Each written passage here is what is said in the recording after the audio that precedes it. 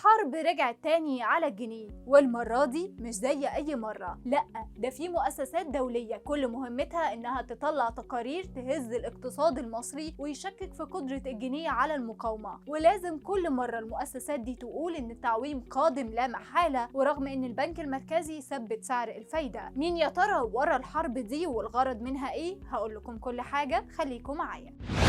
رجعت تاني المؤسسات المالية الدولية تهاجم الجنيه وتأكد إن التعويم هيحصل وده ليه مكاسب وخساير، والهجوم ده حقيقي توقيته غريب جدا، خصوصا إن دولار السوق السوداء متراجع اليومين دول. ولو انتوا فاكرين من فترة قريبة كده تحديدا في نهاية شهر نوفمبر وصل دولار السوق السوداء في مصر لمستويات تتراوح بين 53 ل 54 جنيه قبل ما يتعرض لهبوط مفاجئ يوم الخميس قبل اللي فات وينزل لمستوى 46 جنيه للدولار. لكن التقارير كلها كانت بتقول لنا من الاخر ما تطمنوش، الدولار راجع تاني وبقوه. عندك مثلا التقرير اللي صدر عن بنك HSBC ده قال ان في خفض هيحصل لسعر صرف الجنيه وهيوصل الدولار لمستوى ما بين 40 ل 45 جنيه، وده خلال اول 3 شهور في السنه الجديده. والبنك هنا يا جماعه غير كلامه، ده كان من كام شهر بس بيتوقع ان الدولار هيوصل ما بين 35 ل 40 جنيه بس. التقرير قال ان سعر صرف الجنيه في مصر كان مستقر من شهر مارس اللي فات ولحد دلوقتي عند 30 جنيه و9 قروش لكل دولار، وده بعد ما الحكومة خفضت قيمة العملة 3 مرات من مارس 2022. لكن الدولار سعره في السوق السوداء وصل تقريبا ل 60 جنيه. علشان كده بنك HSBC قال ان تعديل سعر صرف الجنيه وان ده جزء من التحول لنظام صرف اكثر مرونة وبيسهل انجاز المراجعة الاولى لبرنامج الاصلاح المدعوم من صندوق النقد الدولي. ومن كام يوم كده رجح بنك مورجان ستانلي ان الحكومة المصرية تخفض قيمة الجنيه في الربع الأول من 2024 لمستوى 39 جنيه مقابل الدولار، والبنك كان شايف ان الإجراء ده هيحصل بدلا من التعويم الكامل لسعر الصرف. البنك الأمريكي قال كمان ان في عوامل كتير هتحدد مسار سياسة سعر الصرف، أولها مخاوف الحكومة من الضغوط اللي ممكن تحصل على تكلفة المعيشة وكمان العجز المالي اللي ممكن يحصل في البلد. لكن البنك كان عارف كويس ان الحكومة مضطرة انها تعمل الإجراء ده علشان تنفذ شروط صندوق النقد وتاخد التمويل الإضافي اللي بيتكلموا عنه دلوقتي علشان يزيد من 3 مليار دولار لاكتر من 5 مليار دولار، لا ده ممكن يوصل 6 مليار دولار كمان، خاصة وانه توقع ان الحكومة تكثف جهودها في برنامج الطروحات الحكومية وتحاول تخفيض الديون الخارجية. والحقيقة ده ما كانش اخر تقرير بيتكلم عن الجنيه، ده كمان مؤسسة مودس توقعت في تقرير ليها انه يحصل خفض جديد لسعر الجنيه المصري وان الحكومة ناوية تطبق نظام مرن لسعر الصرف بس بشكل تدريجي، وده اللي هيخلي التضخم يوصل فوق ال 24% السنة الجاية ويزود أسعار الفايدة. ولكن السؤال، ليه المؤسسات دي مركزة مع مصر قوي كده؟ ومين الدولة اللي واقفة ورا كل ده؟ بص يا سيدي، طبعا عرفت كل الضغوط اللي تعرضت ليها مصر الفترة اللي فاتت علشان تنفيذ مخططات معينة، ولكن كل ده فشل. ولما فشلت كل المحاولات فضل باب واحد وهو الحرب الاقتصادية. علشان كده نشوف مؤسسات دولية